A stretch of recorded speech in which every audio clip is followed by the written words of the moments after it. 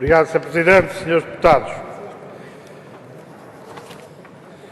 Eu julgo que é uma evidência muito clara que a demissão do Sr. Secretário de Estado tem a ver, inevitavelmente, com a afronta aos interesses dos grandes operadores do setor da energia e, concretamente, dos sistemas eletroprodutores. Por tudo aquilo que é conhecido, por tudo aquilo que veio a público, por aquilo que o Governo não esclareceu, e era bom que o Governo esclarecesse, de facto, as razões da demissão, porque nós tivemos oportunidade, por exemplo, de ouvir ontem a voz abalizada e autorizada de Luís Filipe Menezes, durante a manhã, dizer que foi por fortíssimas divergências em matéria de política de energia com o Governo, e depois tivemos à tarde o Sr. Ministro da Economia tranquilamente a afirmar a continuidade da política anterior. É de facto absolutamente extraordinário. Mas não há dúvidas nenhumas que os grandes operadores, os monopólios do setor da energia, e eles são bastante conhecidos, e não são apenas do setor da eletricidade, mas também do gás natural e dos combustíveis, tudo fizeram para que nenhuma das medidas que foram sendo indiciadas pudesse ir à frente. Lembremos, por exemplo, da chamada taxa sobre o sistema eletroprodutor, sobre as empresas eletroprodutoras, que é anunciado em agosto, e envernou em pleno agosto, e ainda hoje, apesar do calor deste inverno quente, ainda hoje não tornou a ressuscitar. Disse. Obrigado, Sra. Deputada Catarina Martins, pelas questões que coloca. É uma evidência que estes documentos deveriam ser conhecidos da Assembleia, mesmo se eles não trazem muito de novo, a muitos estudos, muitos pronunciamentos de estudiosos dos problemas da energia em Portugal, que há muito denunciam os lucros excessivos. Eu diria até a muitas das críticas que os deputados do PSD e do CDS foram fazendo ao longo de 6 anos nesta Assembleia da República. Não estão certamente esquecidos destas intervenções, insisto, inflamadas contra os custos da energia, os altos custos da energia, responsáveis por problemas na competitividade da nossa economia. Mas nós percebemos o silêncio do PSD e do CDS nesta matéria. Primeiro, porque certamente em matéria de combustíveis nos viriam aqui dizer aquilo que o Governo tem dito como resposta aos problemas que estão colocados com os preços dos combustíveis. Exatamente as mesmas medidas que durante anos os governos do PS anunciaram. Tabuletas nas autoestradas, mais postos na grande distribuição, etc, até constatando a situação de facto de uma subida brutal, desproporcionada dos preços da energia, dos combustíveis, relativamente às alterações que os condicionam.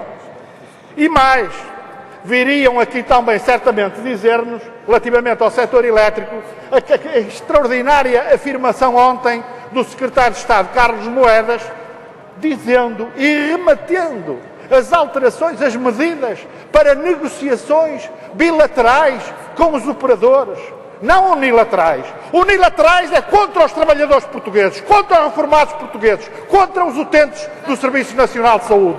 Pondo em causa contratos há muito fixados pelo Estado português. Pondo em causa esse contrato básico de qualquer Estado de Direito, que é a própria Constituição da República Portuguesa. Obrigado, Sr. Presidente. Senhora Deputada Hortêncio Martins, a preocupação com a demissão do Sr. Secretário de Estado, julgo que deve ser sobretudo uma preocupação com a política que foi sendo desenvolvida ao longo dos últimos anos em matéria de energia e daquela que estaria em desenvolvimento, por nosso desconhecimento, não a conhecemos, apesar de o Sr. Secretário de Estado ter sido suficientemente questionado sobre ela numa audição aqui realizada em dezembro, aliás, por proposta do PCP. Falou-nos que ia anunciar ou ia mais tarde informar-nos sobre um possível plano energético para o país, mas nada disso veio a lume. A senhora deputada lembrou aí, e muito bem, que o PS assinou, subscreveu o memorando da Troika e subscreveu também as medidas para a energia na Troika. E, senhora deputada, a primeira questão que gostaria de lhe colocar diz respeito às vossas preocupações com a privatização da EDP, da REN e da Galp, que ainda acontecerá certamente. Mas gostaria de lembrar que o grande problema dessas privatizações é a sua privatização e não tanto medidas cautelares relativamente à defesa dos interesses estratégicos do país. Embora, naturalmente, esses defendem-se e seriam defendidos não privatizando. E vocês não só subscreveram um memorando que prevê a privatização dessas empresas até ao fim, como já tinham proposto nos anteriores PECs essas privatizações.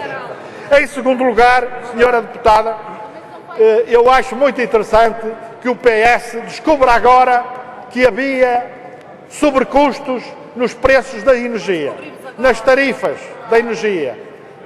Descobriram e até assinaram no memorando da Troika de facto a confirmação da sua existência.